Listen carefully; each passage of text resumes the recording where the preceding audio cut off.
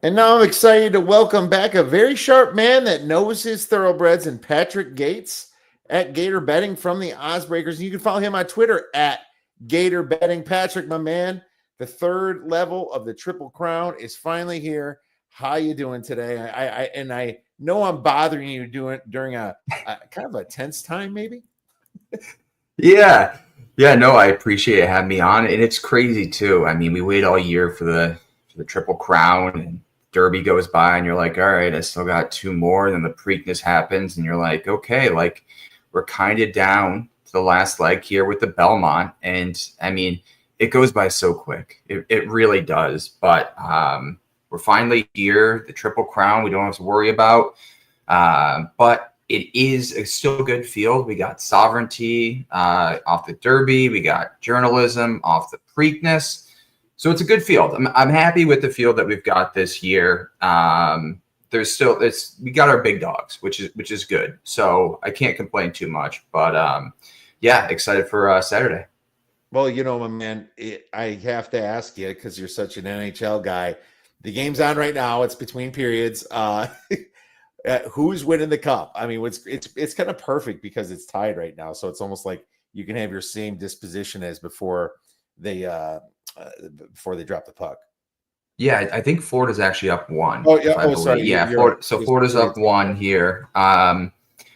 Yeah, I'm rooting for Edmonton. I am. I want to see McDavid lift his first Stanley Cup. But when you look at this Florida roster, they are just loaded top to bottom. I mean, they go out, they make two trade deadline acquisitions in Brad Marchand and Seth Jones, both who have fit seamlessly into this team that won it last year. They look just as good, if not even better, which is scary to say. I'm rooting for Edmonton. I think they kind of have an outside chance. I'm hoping they win. But Florida looks really good right now, and they've kind of shut down that top line, McDavid, Nugent Hopkins, so far, and Corey Perry, and now Edmonton's kind of have to reverting to stacking that top line with McDavid, Draisaitl, and I think Evander Kane's up there. So rooting for Edmonton, but I think Florida just looks so good, and if they win this first one, I think it's going to be an uphill climb for the Oilers heading into Game 2 in the rest of the series. Yeah, home ice flips if they win this first one, and that's huge, especially ripping the confidence from the Oilers. And the Oilers went through a gauntlet just to get to this far. It's almost like taking a breather in a way. I don't know. I don't watch enough hockey to have an opinion, but I think I'm with you. It's like there's a lot of. I'm an American. I usually cheer for America almost 99% of the time. But yeah. I also think that ice hockey is a Canadian sport, and I'd be fine to see Connor McDavid and the guys win it over there for sure. So I think I'm with you on that. It's not like much changes. It's like America's been winning the cups anyway for the past 20 years. It's not like one's going to really put a chink in the armor there, my man. But but it's like you got Canadians on these teams anyway. I think that.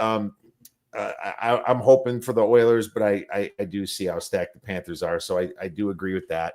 But what does that mean about the Conn Smythe then, my man? How does it? I mean, a lot of people want McDavid to win it if the Oilers win it, but who would get it on the Panthers? Yeah, I mean, McDavid won it last year, and the Oilers lost, which is kind of crazy. So he's the favorite again. I think he was plus 110 before puck drop. I think his odds have risen to plus 115. But if Edmonton wins, it's clear. It's McDavid. And we kind of talked about this before of instead of taking Edmonton minus 120, who are the favorites in this series, which is crazy enough, just take McDavid to win the Conn Smythe.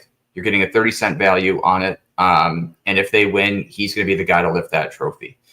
On Florida's side, it's a little bit more of a there's a few guys in contention. Bobrovsky, their goaltender's the current favorite to win it on Florida's side, and I think he does win it if Florida does kind of lift the Stanley Cup. The goalie hasn't won it in a while, but he's been kind of that lifeline for them. So I think he wins it. Sam Bennett has 2 goals tonight, leads the Panthers in points. He's 12-1 right now to win the Conn Smythe. If he is a big series, I certainly think he's in the consideration along with maybe Barkov as their only other forward. So I think it's probably a 3-horse race, sticking with the theme today for Florida, with Bobrovsky being the odds-on favorite. But I think there may be some value on Barkov and Bennett too on that Florida side of things. All right, well, keep that in mind, Barkov and Bennett too, and the odds, plus 130 actually for McDavid here, Barkov plus 600, Bennett plus 1200, so that's a little bit better than you get to Kachuk all the way at 22-1, so that's interesting. It's gonna be fun. I hope for 7. I hope I for do 7 too. no matter what. That's just more betting and more fun for us. So let's get it to 7. And that brings it back to home ice too for Edmonton. So obviously, yes, that's what we're looking at. All right, well, let's get into the Belmont Stakes then, my man. And I start with the weather. What's it looking like? And I guess doesn't matter. So on Friday, it's kind of mixed reports right now. Friday, it's supposed to rain, which it seems like that's just been the theme these past 2 races too. Rain the day before, and then there's scattered showers on Saturday. So I think it should clear up by the afternoon, but it's something to monitor. I don't think it's necessarily going to be like muddy conditions or sloppy conditions like we've seen with the past 2 Triple Crown races. Dirt could be a little wet, but I don't think it's going to be as big of a factor as we've seen the past 2 races. So I think we're praying for good conditions here, praying for a fast track, and I think we're going to get it. So, but as always, just be on the lookout for it. I think that's kind of the major thing here. So, but unlike the other 2 races where we were kind of, I know we talked with Sean about this as well, of kind of waiting until 10 minutes, 15 minutes before post time before placing those bets. And I think you can kind of place them a little bit earlier here in this race, kind of given the weather conditions. So I think they're going to stable out a little bit, which is good for the Belmont on Saturday. Yeah, I mean, does it matter when they just ran on a sloppy Kentucky Derby track and 1 and 2 was sovereignty and journalism anyway? Yeah.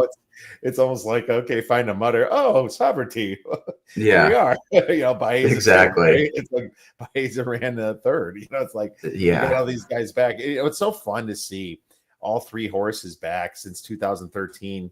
I believe the stat I heard from Felica that there has not been the 1st, 2nd, and 3rd in the Kentucky Derby running in the Belmont since 12 years ago. So I find that cool. I find that cool, and I also find that the fact that we have all of them here. I think that this in Kentucky Derby is Kentucky Derby, but dude, the Belmont's always been my favorite because it is the one that awards Triple Crown, and normally it's the 1.5 miles, and I know we're on hiatus here, but I'm so stoked for this race just because you have these 3 horses in there and a few other interesting ones. So just like you, I share that happiness that we're going to get it. But talking about the Belmont a little bit, why don't you give us a little quick history about this race and obviously the track at Saratoga here? Yeah, so the Belmont's the oldest of the Triple Crown races, notably held at Belmont Park. But given the recent renovations, the past 2 editions have been held at Saratoga, including this year. It's going to move back to Belmont after this year. So we'll return to that 1.5 mile distance where this year's and last year's are going to be held at 1.25 miles. The last Triple Crown winner we saw was 2018 Justify. Before that, American Pharaoh. We won't have that this year, as previously mentioned. But yeah, it's a great race, like you said before. One of my favorites, if not my favorite leg of the Triple Crown. Probably Derby and the Belmont are 1, 2. The Preakness, I've been to the Preakness and it's fun, but the Belmont stuff kind of got that prestige with it, just being the last leg. So absolutely. And and I gotta tell you, I always love watching that distance that Secretariat had when they come up with the Belmont. They show it every year, just the massive distance that horse had. It's probably, after Michael Jordan, that might be my favorite athlete is Secretariat. So yeah, there you go. 31 lengths is nothing to shy away from. It's a crazy race just to watch back. Yeah. I'd like to say I wish I was alive to understand it and see it, but then that would put me over 60 years old if that was the case. So I guess watching the replays and the movie's awesome too. So I'm happy with that. But no, it's a field debate here, and I wonder who is setting the pace in this. I think I know who you're going to say because he's a horse that was scratched. But do you think here? Who's setting the pace? Yeah, I think the two front runners, I think we're in agreement on this, is going to be Rodriguez, who was scratched from the Derby and the Preakness. So this is the first Triple Crown race that he's in. He likes to get out to the front early in that 3 spot. He's going to have the opportunity to do so. The other horse that's going to try to go to the front here is Crudo. Only 3 races under his belt, but as seen by his last 2, went wire to wire. So it's going to be those 2 out front, and they're really going to dictate a lot in this race. This is kind of what we talked about before in the Kentucky Derby. Can I forget the one horse's name, get out of that gate, and obviously the Baffert horse, obviously Hill Road. Yes. Yep. No. The one horse in the Derby who was pinned on the rail. Do you remember? The one horse. It was a Baffert horse. Yes. Yeah. Right. Yeah. I can't think of his name right now, but we were kind of wondering, he liked to get out and set the pace, and he really didn't. He didn't get a good jump here, but in an 8-horse field with 2 front runners, they're both going to have that opportunity to do so, especially when you look at who's around him with Uncage, who's kind of more of a stalker on the pace. Beza is kind of same running style. So Crudo, the 5, and Rodriguez, the 3, are going to be the 2 pace setters in this one. Citizen Bull was the horse. So Citizen Bull, yes. Yeah. Well, we don't remember him because he didn't turn out to do much. So that's sometimes just how it is. But Baffert always Baffert always slithers in these races, and he's having Rodriguez go. The question I have is he healthy? Is that foot going to do it? They glued it together, I'm sure, and it's with the kind of guy Baffert is. I wouldn't put it past him to put a horse that he thinks that could win if healthy, but he's not sure. I don't know. It makes me worried about betting Rodriguez, but let's talk about the favorites in this horse first. And I think it's pretty obvious, what you're going to say. And let's talk about those 2. Yeah, I would argue it's a 3-headed monster here instead of the 2. Journalism, obviously coming off a win in the Preakness, finished 2nd in the Kentucky Derby. I mean, this horse is an absolute monster. It really is. Extremely impressive. Won the Santa Anita before that. Won the San Felipe. Speed figures kind of matched that. Incredible run in the Preakness, kind of chasing down Gosner. So 8-5 deserving favorite in this race. And we look at the other favorite here of Sovereignty. Won the Kentucky Derby. Skipped the Preakness. Beat Journalism in that race along with Beza. The other one too. Is Beza. I think Beza can compete in this race. Impressive buyers, have been trending the right way.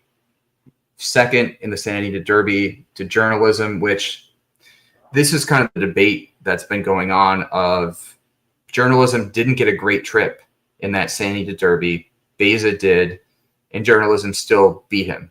So that's kind of the argument of, is Beza an actual contender in this race? Ran 3rd in the Derby after that. But we've seen Journalism beat this horse and overcome some odds, too, of kind of a terrible race. So I know people are on Beza. I think he's got a shot in this one. But Journalism has already proven that he can beat this horse despite not having everything go his way.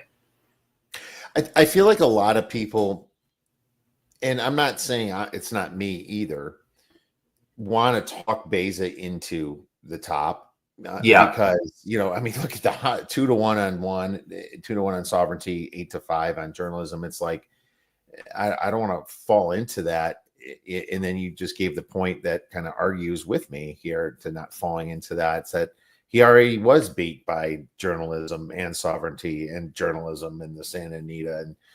But here's the thing. What does Journalism have left in the tank? And that's something to really consider. And, he's been running all 3 of these. Wow. I find it really strange that you could see Sovereignty win this race. And then he's like, well, why didn't you run the Preakness, dude? Yeah. Belmont that's what he does. And it's like, did you just give that away? I think that Sovereignty, if he had the trip and didn't get knocked like Journalism did, Journalism wouldn't have caught him. He still would have caught, Gosner or whatever that horse was. But it's almost like you missed an opportunity. But, I'm sure Sovereignty is still going to make some money after this race either way. Yeah. But it's just funny to think about that. As Sovereignty wins, it's like do you start thinking the what if scenarios? But it is a good point. I mean, I was massively impressed by seeing what journalism did and the Preakness, and that's hard. But I also think it can take a lot out of the horse mentally as well. And maybe this is a little bit rough, but I personally think, and you can agree or disagree, that journalism and Sovereignty should be equal odds. I think. Maybe somewhere around 9-5 type thing. I don't know. But I just feel because of the fact that journalism ran that last one and Sovereignty's rested, I think they should be equal. Is that fair to say? I think journalism's over, like, same rest time, head to head, everything kind of equal playing fields. I think journalism is the better horse, despite Sovereignty having beaten him. In the Kentucky Derby. There's also 20 other horses there. And I think just post position wise too, it just lined up for Sovereignty being in that, being in the spot that he was. But Beza, let's not forget too. I mean, we kind of threw up Beza there too. Beza had to come from the 21 spot all the way on the outside too, right, in that race. So ran more than journalism and Sovereignty did in the Kentucky Derby. It's so hard though when you're looking at these odds, because I mean, we can get into this too of like Sovereignty's 2-1, journalism's 8-5, Beza's 4-1. In terms of just picking one of those horses to win, it doesn't feel like there's a ton of value there, does it? Not really. No. So I don't want to get too far ahead of myself, but I felt the same thing. I mean, I felt like, these are correct, so dang correct that how much do you want to go away from it? Well, before we get into that, why don't you tell us who the sleepers are in this race and if you're kind of on them or not? Yeah, I think Rodriguez is a sleeper, which you want to like quotation mark sleeper at 6-1. I guess that's considered a sleeper in this race here. Obviously skipped the first two legs of the Triple Crown, but again, posted some impressive speed figures in that Wood Memorial that kind of align with these other horses too, these big dogs here. I think if the pace is slow enough here, and he's obviously going to go to the front with Crudo, if the pace is more moderate when those two go out, I think he has enough in the tank to maybe go wire to wire here. But again, if Crudo pushes him too much, and they kind of get to that quarter mile, like under 23 seconds, first half under 46 seconds, I think that sets up well for Sovereignty, journalism, and Beza to close. But if you do kind of get a slower first quarter and first half, I think it still sets up well for Sovereignty and journalism, but it gives Rodriguez a chance to go wire to wire. And I think at that point, Crudo drops off. I just don't think he has enough in this race to compete speed-wise. So the pace is really going to dictate on Crudo and Rodriguez in here. And if Crudo, I'm trying to think if Crudo, so who's Crudo's trainer here? Pletcher. Yeah, I mean, Pletcher's won this 4 times. So you really wonder what type of strategy do they employ here? Or do they just say, try to just burn him out and just see if these closers can catch him? Which if that's the case, I don't think Rodriguez stands a chance. But again, it's going to be interesting to monitor that first quarter. And if the race sets up well for him, I think he's got a shot. The only other horse, I guess, that you want to say as well along that in terms of a sleeper is, again, that Crudo. 3 races under his belt, taking a step forward in each of them. But again, it's that pace of those two are really going to shape up this whole thing. Yeah, in leader, obviously Crudo with and Rodriguez is close to Uncaged is the other Pletcher horse. It's funny, Pletcher's got 2 in here, then neither of them are favorites. Uncaged is a long shot at 30-1. I'll just get into it. I don't like the sleepers much in this race, Patrick, and it makes me think that my ticket's going to be pretty dang simple. I mean, I'm a little bit lower on Baez than you. I just think that a fat exact box with $30 on each side with exact box 2 and the 7. And that's what I thought I was betting for the Derby. Apparently, I accidentally picked Sandman, but thank God I cleaned back with the trifecta. But man, it's like I think that I'd just be kidding myself. But the truth is, I do think that there's a few horses that I would scratch off my ticket on the bottom of like a 2 trifectas. The trifectas would just be basically those 2 on top, and in third place, I think I would probably go. I was thinking all box maybe, but I'm also thinking about doing like some $10 or $5 trifectas. But I'm not sure what I should do, because I mean, does Uncaged, can he really finish third? I don't think so. I think Baez is going to smoke Uncaged. I think that maybe Heart of Honor can sneak in there. Maybe probably not Hill Road. It would be Rodriguez, Crudo, and Baeza in third for me. And so I go heavier on a trifecta box than $1. Maybe I go $5. I don't know, and just forget about them. Or do I hit the all button, just praying the 30-1 hits on the bottom, like you said, the Uncaged price. But we're just sitting here playing with thoughts here, because the truth of the matter is, I believe that the 3 horses you mentioned, Baez is just behind the other 2, are the best. I mean, I could even go $10 trifecta box and just put Baez at third. Just get it over with. But the good news for me is I'm not going to have $250, $300 or plus more. Sometimes I do. And this thing, I'm probably going to have like $100 invested tops, so it actually lowers my investment at least. Yeah, I think you can really slim your card in this race too. And I think the only wild card is Uncaged has both of his wins have come on muddy surfaces. So unless we kind of see that downpour before the race, I really don't think he's a factor in this one. But again, we had a sloppy conditions of the Derby that Sovereignty won. So if you're really trying to pick a mutter in this one, Sovereignty is clearly the better horse than Uncaged. So that's kind of the only outlier. But yeah, I mean, there's a bunch of horses that I just don't think can win this at all. And it really, I think, allows you to take advantage on some larger exotics of narrowing your card towards the top, and then just praying and hoping that you get some value in that 3 and 4 spot to kind of boost that ticket price up. Yeah, I'm thinking the same thing. My only question really is Hill Road at number 1, a Chad Brown horse here. He did win the Peter Pan. Tampa Bay, he came in third. Owen Almighty could he take a big step forward? I feel that at least in the Peter Pan, he moved his buyer speed up a bit. It's a step forward. Ortiz, Erad Ortiz, it looks like, is going to be his jockey. What do you think about Hill Road? I mean, with Irod, he's one of the top jocks, so he's always in consideration. But does he have the closing ability to match the big three? The big three in here, and I don't think he does. I just don't think he does. Won the Peter Pan, but again, that wasn't necessarily a strong field. And for that race, a speed figure of 94 is not all that impressive.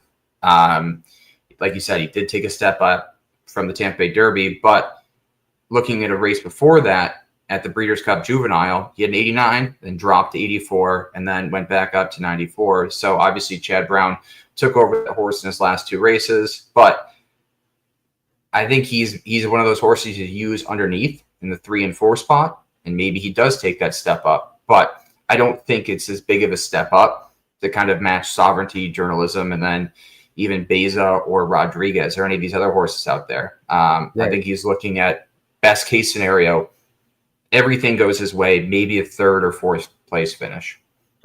Yeah, I'm with you. Maybe 3rd.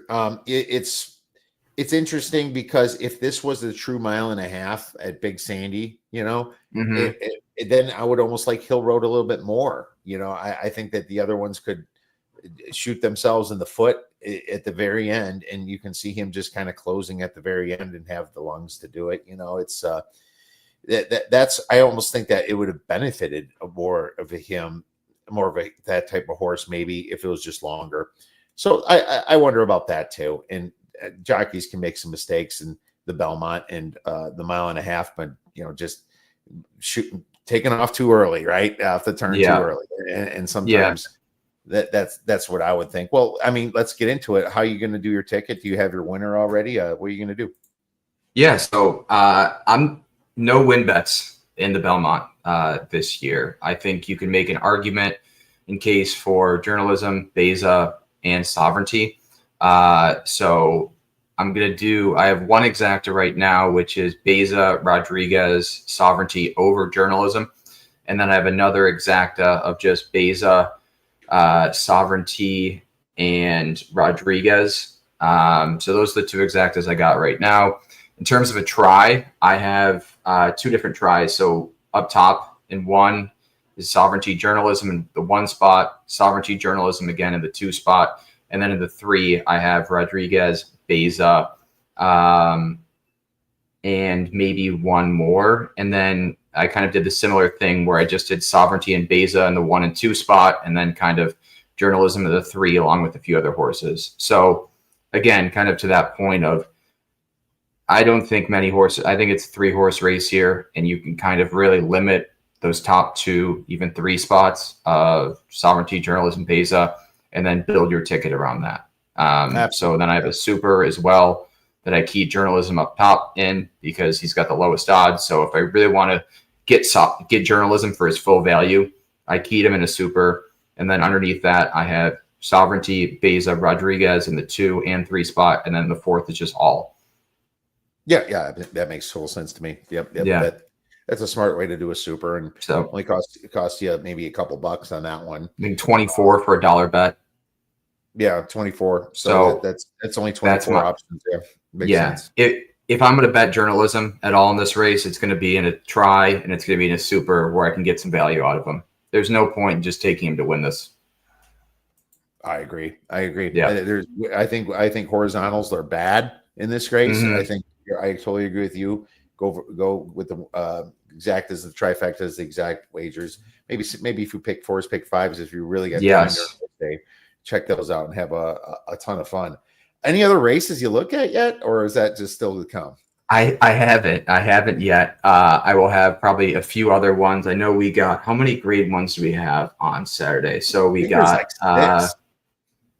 1, 2, 3. I think 8 graded stakes on Saturday.